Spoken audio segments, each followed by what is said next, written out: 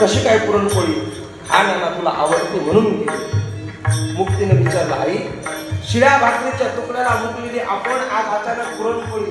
महाराज जगाच्या पाठीवर लाख संकटांना पाठ लावून तुमचं माझं भलं करण्याचं अंतकरण फक्त जगाच्या पाठीवर एकाच तत्वात आहे. त्या तत्वाचं नाव आई आहे, त्या तत्वाचं नाव माय.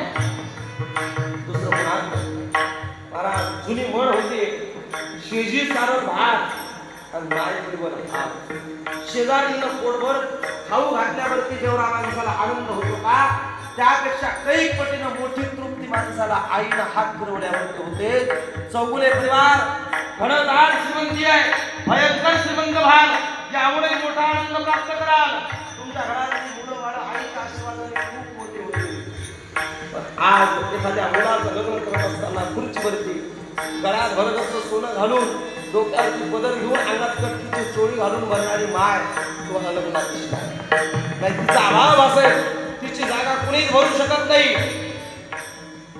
सगळ्या मुलांना समजावलं, संध्याकाळची वेळ झाली, 4 मुलं झोपली आणि 4 मुलं झोपल्याच्या नंतर विठ्ठल भक्त देहांत प्रायश्चित्ता करता निघाली. रुक्मिणी पाठोपाठ निघाली. पाठोपाठ निघाल्याने रुक्मिणीने झोपलेल्या 4 मुलांकडे पाहिलं. आपल्या मुलांना सोडून जात असताना आईचं अंतकरण काय आहे? आई म्हणते, पंत इंद्रायणीची ओटी भरायला निघालो, मला एकदा माझ्या निवृत्तीकडे, धनाकडे, सोपानाकडे, मुक्तीकडे पाहू द्या. झोपडीत परत आलेल्या आई साहेबांनी निवृत्तीच्या कपडावरून हात फिरवला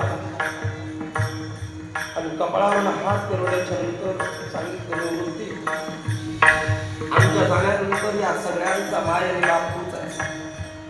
ध्यानाच्या जवळ आले आई साहेब, गाढ झोपेत असलेल्या माझ्या 8-9 वर्षाच्या ज्ञानाला कपाळाचं अवधान केलं, कपाळावर हात फिरवलं, सांगितलं, ज्ञाना वयाच्या 9व्या वर्षी तुझ्या जीवनात आईचं सुख निघून जाईल. पण माझा आशीर्वाद आहे सगळ्या जगताला मायेचा आनंद देण्यावर तुझं अंतकरण उदात होईल. सोपानाकडे पाहिलं, कंठ दाटून आला आणि संभाजी बाबा चिमुकल्या मुक्ताईची मूठ आवडली, लहान लेकराची मूठ आवडते झोपे. त्या आवडलेल्या मुठीत आईसाहेबांचा पदर गच्च पकडला आणि त्या मुठीतून आज पहिल्यांदा पदर सोडण्याची वेळ आली आईला. मूठ सोडली, मुक्तीकडे पाहिलं, पदराचा गोळा करून तोंडात ओमनान ढसा रडत आई साहेब एखाद्या घायाळ पक्षीने सारख्या निघालेल्या आहेत. उडाली पक्षी गेली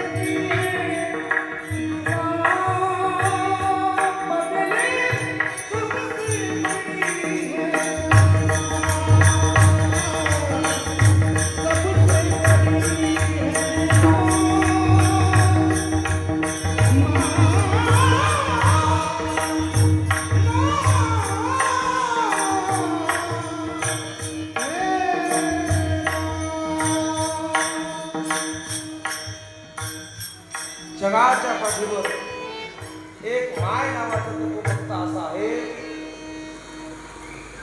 जगे माऊली सारे